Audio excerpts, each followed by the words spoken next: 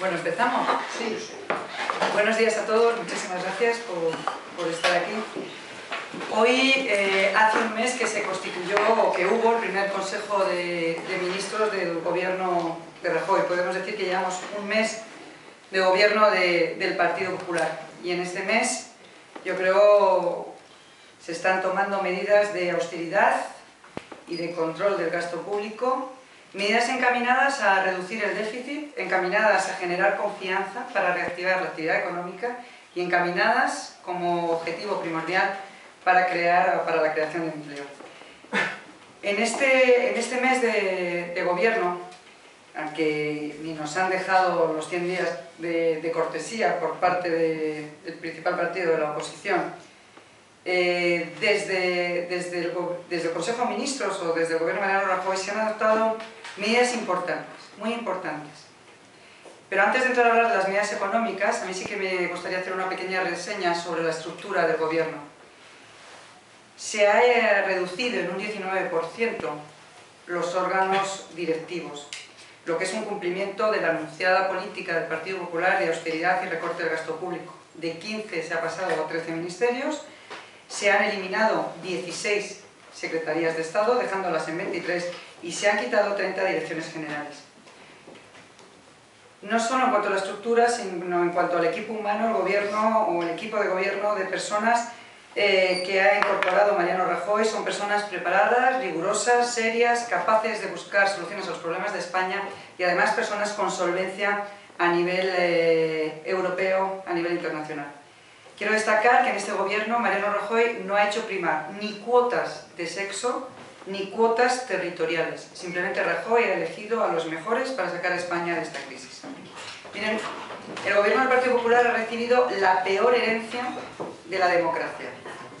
Además del agujero de las cuentas públicas, el gobierno socialista nos deja una cifra de paro que veremos al final de este mes en la EPA, en la encuesta de población activa, que puede alcanzar los 5,4 millones de personas paradas. En 2011, los socialistas salieron del gobierno gastando 90.000 millones de euros, 15 billones de las antiguas pesetas, más de lo que ingresamos. A cada español, a cada segoviano, le han generado una deuda de 2.000 euros anuales. La situación es muchísimo peor de lo que preveíamos antes de llegar al gobierno. Hasta noviembre del 2011, por mucho que el Partido Socialista ahora intente decir que no, está documentado, insistió en una cifra de déficit del 6% para el conjunto de las administraciones públicas. Durante el traspaso de poderes hasta 3 veces se negaron a dar este dato oficial. Y fue el 26 de diciembre, y no antes, cuando la Intervención General del Estado desveló la cifra del 8%. El boquete, como les he dicho, adicional es de 20.000 millones de euros. 3.000 de ellos pertenecen a la Administración General, 1.500 millones de euros a las corporaciones locales y 15.000 a las comunidades autónomas. Pero por mucho que digan, ni siquiera las comunidades gobernadas por el Partido Popular podían prever su situación financiera, entre otras cosas porque el Gobierno de España rechazó prorrogar los presupuestos generales como se les había pedido y así mantuvo unas previsiones para 2011 que eran falsas. Por si fuera poco, en la seguridad social nos encontramos con un desfase de 5.000 millones de euros. Pero frente a esta situación, el gobierno del Partido Popular, que persigue su gran objetivo de creación de empleo, ha adoptado una serie de medidas, ha establecido prioridades, anteponiendo la equidad, la justicia y la protección social. Lo contrario de lo que hizo el Partido Socialista cuando recortó pensiones, cuando recortó el sueldo de los empleados públicos y cuando subió el IVA, afectando a todos los españoles por igual. Miren, entre estas medidas tenemos el primer gran Real Decreto de Ley de Medidas Urgentes de 30 de diciembre de 2011 que ha generado mucha polémica. Pero este Real Decreto lo primero que ha hecho ha sido cumplir con los compromisos adquiridos por el Partido Popular y por Mariano Rajoy en su campaña. En primer lugar, en este Real Decreto se incrementan 1% las pensiones desde el 1 de enero, para que los pensionistas, los 8 millones de pensionistas, puedan recuperar su poder adquisitivo. Además, se recupera la desgravación en el IRPF por adquisición de vivienda y también se establece un IVA superreducido del 4% para la adquisición de primera vivienda. También hubo medidas de reducción de gasto como el mantener el salario de los empleados públicos, incrementar el horario laboral de los empleados públicos en 2 horas y media a la semana, y reducir en un 20% la subvención a partidos políticos y organizaciones sindicales y empresariales, eliminación del canon digital y otra serie de medidas que llegaron a suponer un recorte en el gasto de 8.900 millones de euros. Esto hace, estas medidas positivas en el Real Decreto de Medidas Urgentes, por ejemplo, que para Segovia, en prestaciones por desempleo, hoy haya 6.424 segovianos que son beneficiarios de esta prestación por desempleo y que van a tener ese incremento del 1% para recuperar su poder adquisitivo. Pero además hay 268 segovianos que van a tener la prórroga durante 6 meses, de enero a agosto, del plan Prepara, que era, si ustedes recuerdan, la ayuda de 420 euros para aquellos que ya habían agotado su prestación por desempleo. Y en lo que se refiere a pensiones, hay 14.312 pensionistas que van a recibir la paga única de desviación del IPC. Creo que antes me he equivocado. Cuando hablaba de prestación por desempleo, yo y los datos, o los datos y yo, si se lo he dicho. Cuando hablaba por prestaciones por desempleo, son 6.424 personas paradas que están recibiendo segovianos parados que están recibiendo la prestación por desempleo.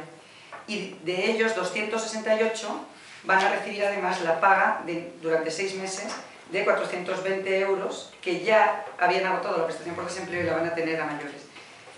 Y con respecto a las pensiones, en Segovia, capital y provincia, hay 14.312 pensionistas que van a recibir la paga única por desviación del IPC en 2011, que supone 2,07 millones de euros, y hay 34.113 pensionistas de nuestra provincia que van a percibir la subida en sus pensiones que congeló el Partido Socialista, que supone 4,64 millones de euros.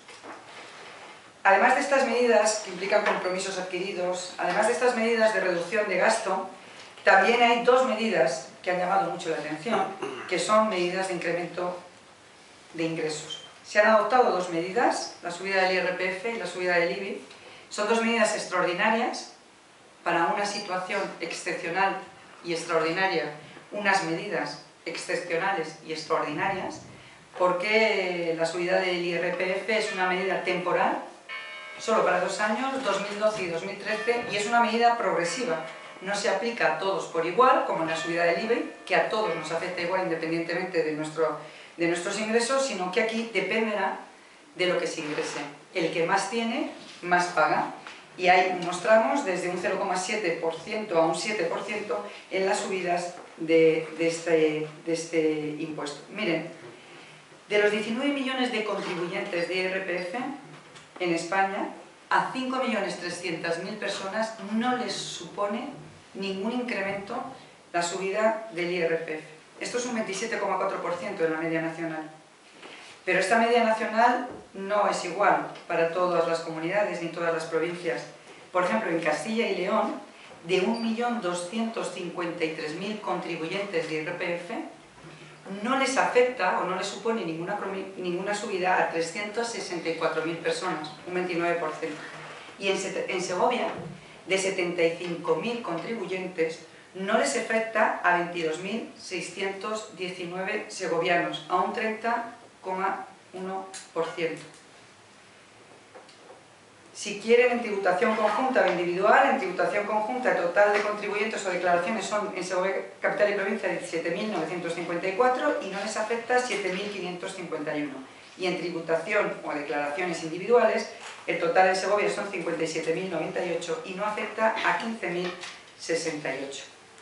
Miren, las subidas que hay, además, pueden ir desde el 0%, que no supone ninguna subida, a 132 euros al año, a 3.714 euros, a 13.964 si tus ingresos son superiores a 300.000 euros, incluso a 24.000 euros si tus ingresos son superiores a 400.000 euros.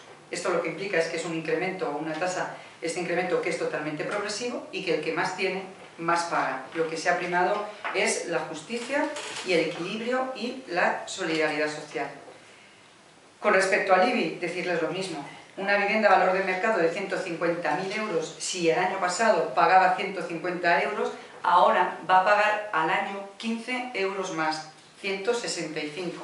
Y si se ha revisado su valor catastral, como ha ocurrido en muchas de las viviendas de Segovia, antes del 2002 no van a pagar absolutamente ningún incremento, incremento cero. Y en una vivienda de valor de mercado de 300.000 euros, si antes pagaba 300 euros al año, ahora va a pagar 330 euros. Estas son, como les digo, las dos medidas extraordinarias y las dos medidas temporales por 2 años que el gobierno de Mariano Rajoy y el gobierno del Partido Popular tuvo que adoptar el día 30 de diciembre, pidiendo un esfuerzo a todos para que no recaigan los más débiles y queriendo dejar muy claro que si el gobierno socialista hubiera cumplido su objetivo de déficit del 6%, si no se hubieran gastado 20.000 millones de euros más, no tendríamos, desde el gobierno del Partido Popular, que haber tomado estas medidas. Decirles que estas son las medidas que se han tomado, pero también en los 2 sucesivos, después del 30 de diciembre, consejos de ministros, se han ido adoptando otras series de medidas tendentes a cumplir nuestro principal objetivo, que es el de creación de empleo. Y para ello, el gobierno de Mariano Rajoy ha articulado o establecido 3 instrumentos. El primero, el más importante, necesario para generar la confianza dentro y fuera de nuestras fronteras, es la reducción del déficit público. Para ello ya ha habido reducción, se ha pedido ya un informe para reducción de organismos públicos. Hay 4.000 organismos públicos en toda España y de ellos 507 corresponden al Estado, la mayoría de ellos pertenecen a las comunidades autónomas. La otra medida es que a finales de marzo se aprobarán los presupuestos generales del Estado del 2012, en donde habrá un recorte de gasto corriente y gasto público necesario para salir de la crisis en la que estamos.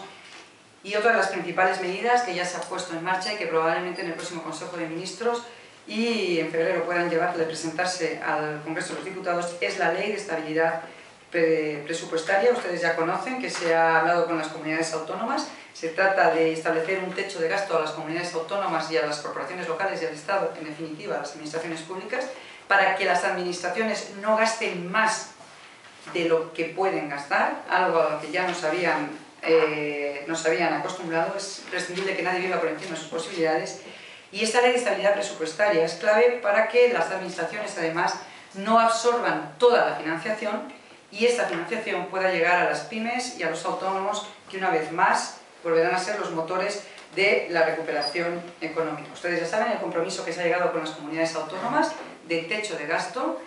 Se va a buscar ese mismo compromiso, ese compromiso esta misma semana con las corporaciones locales, muestra del diálogo y de la transparencia por parte de este gobierno. También se va a buscar y se está analizando la responsabilidad que pueda haber, penal o no, de los gestores públicos en la utilización y el manejo del dinero público. Y otro de los instrumentos, les hablaba de 3, el primero la reducción del déficit público, el segundo es la reforma laboral y otras reformas estructurales. 5.400.000 españoles que quieren trabajar y no pueden son el objetivo prioritario para este gobierno. Reforma laboral, que se ha dejado un plazo para que los sindicatos y la patronal lleguen a acuerdos, pero que este gobierno sabe lo que tiene que hacer y si no es posible llegar a un acuerdo, antes de este primer trimestre presentará esta reforma laboral. Y otra serie de reformas, como reforma de la política energética, 20.000 millones de euros en déficit, como medidas de apoyos a los emprendedores que en el primer semestre estarán presentadas en el Congreso de los Diputados. Y la tercera gran reforma, que antes del 15 de febrero anunció nuestro presidente se llevaría al Congreso de los Diputados, sería aprobado antes por el Consejo de Ministros, es la reforma del sistema financiero, un plan de saneamiento del sistema financiero antes del 15 de febrero. Necesitamos un sistema financiero fuerte, integrado por entidades solventes, que concedan créditos y que sean el mejor apoyo de emprendedores y familias para generar empleo y poder salir de la crisis. Este plan de saneamiento es sanear balances, transparencia, rechazo, como ha anunciado nuestro presidente, al Banco Malo y fusión de entidades otra vez. Estas son las medidas, modificaciones que no pueden costar nada al contribuyente, porque el contribuyente no tiene la culpa de la situación en la que se encuentra el sistema financiero. Y para acabar, simplemente decirles que un mes de gobierno del Partido Popular, un mes con medidas que han generado ya confianza en el ámbito interno, pero también confianza en el exterior, cómo lo podemos ver, cómo va aumentando nuestra credibilidad en Europa y en los mercados, y lo hemos visto en las últimas semanas con las últimas subastas del Tesoro, que han conseguido colocar la deuda a la mitad de intereses que hace unos meses. No podemos olvidar que esto es muy importante, porque cada punto de interés menos supone un alivio imprescindible para una partida, la del pago de intereses de la deuda, que en los presupuestos generales del Estado ha venido a significar o a llevarse el 80% de la recaudación estatal del IRPF. Por lo tanto, es un alivio bastante importante las medidas económicas que en estos momentos estamos ya teniendo y que están generando confianza. Como les digo, un mes intenso, un mes de adoptar medidas, es verdad, algunas en contra de lo que habíamos dicho, pero como las subidas de esos dos impuestos, pero la necesidad extraordinaria y urgente con la que nos hemos encontrado y que se nos había negado, no solo al Partido Popular, sino a la sociedad en general, con las declaraciones de los exministros del gobierno socialista, han hecho que tengamos que adoptar. Creo que volvemos a decir, consideramos que son justas, solidarias, equitativas, en la medida que además son progresivas y temporales. Medidas extraordinarias para unos tiempos extraordinarios. Y estoy a su disposición para la que ustedes quieran, sobre esto o sobre otras cuestiones. Lo ha dicho Guillermo como nota, lo que supone para Segovia ese aumento del IBI y del IRPF, ¿cuánto puede suponer? No hay una media, simplemente le he dicho de los segovianos a los que no les afecta, pues no afecta a 22.619 segovianos de 75.000, que son los que hacen las declaraciones de IRPF, un 30,1%, mientras que en España la media a nivel nacional es un 27%, en Castilla y León un 29%, aquí es un 30%. Sobre el porcentaje del IBI, bueno, pues para una vivienda de 150.000 euros supone 30 euros, me parece que era al 15 euros más, pero si la revisión ha sido en el 2002, por ejemplo en mi caso, pues supondrá que no hay ningún incremento, o si es de 300.000 euros el incremento es de 30 euros al año, y si se revisó en el 2002 de 15 euros, por lo tanto esas subidas tan alarmantes que han intentado demostrarse desde el Partido Socialista no lo son tanto, porque si a un 30% de los contribuyentes no les afecta, o sea, es cero, la subida del IRPF, pues es una cifra importante. Por otro lado, decirle que las subidas, además, o el incremento de lo que se va a tener que pagar, pues mire, van desde, por ejemplo, para un sueldo bruto en un soltero sin hijos de 9.500 euros, cero. Pero para 26.000 euros, pues tiene que pagar 53,86 euros al año. El que cobra 400.000 euros al año, pues sí, tiene que pagar 20.567. Y para la media de un matrimonio con declaración conjunta con 2 hijos, pues un sueldo bruto de 9.500 euros o un sueldo bruto de 12.000 euros o de 16.000 euros son cero. No le supone ningún incremento. Para el que gana 30.000 euros al año, la declaración conjunta de esa pareja son 151 euros al año. Al que gana 400.000 euros, o cuya declaración es de 400.000 euros, son 20.300. Yo creo que esto es equitativo, se requiere un esfuerzo solidario a los que más tienen y es progresivo, no como el IVA que te sube el pan o la leche, independientemente de lo que ganes, a todos nos sube. Simplemente estos datos lo que quieren es especificar que esta alarma que han intentado establecer el Partido Socialista, alarma que sin embargo no se reconocen como generadores de la misma, porque es cierto que el déficit estaba ahí y es cierto que lo han evitado. Yo tengo en la sala de al lado dossier de prensa en el que los exministros, desde Elena Salgado al propio Pepe Blanco, al propio Rubalcaba, cualquiera ha salido, al propio expresidente, en noviembre, las elecciones fueron el 20 de noviembre, decían que íbamos a cumplir los objetivos del déficit y que el objetivo del déficit era un 6%.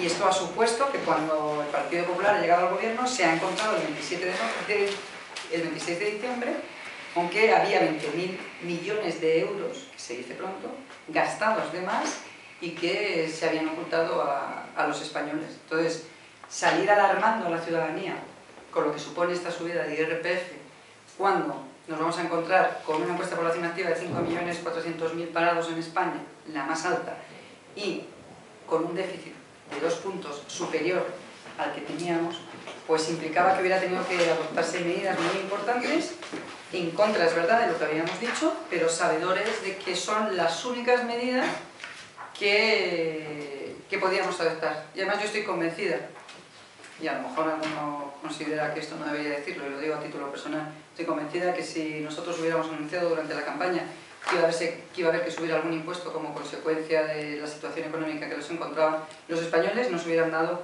igualmente, de manera mayoritaria, su confianza. Porque lo que no podíamos estar es con un gobierno que va a la deriva, que no toma soluciones, que falsea datos, falseó la existencia de la crisis para mantenerse simplemente en el gobierno. Pero estoy convencida que los españoles, incluso con estas medidas, hay un ámbito, un halo de confianza en la ciudadanía, de que se puede salir de la crisis y de que estamos en el camino para ello. Bueno, rollo en las respuestas también un montón. Bueno, pues muchísimas... Bueno, yo sí que quiero decir que no he hecho ninguna declaración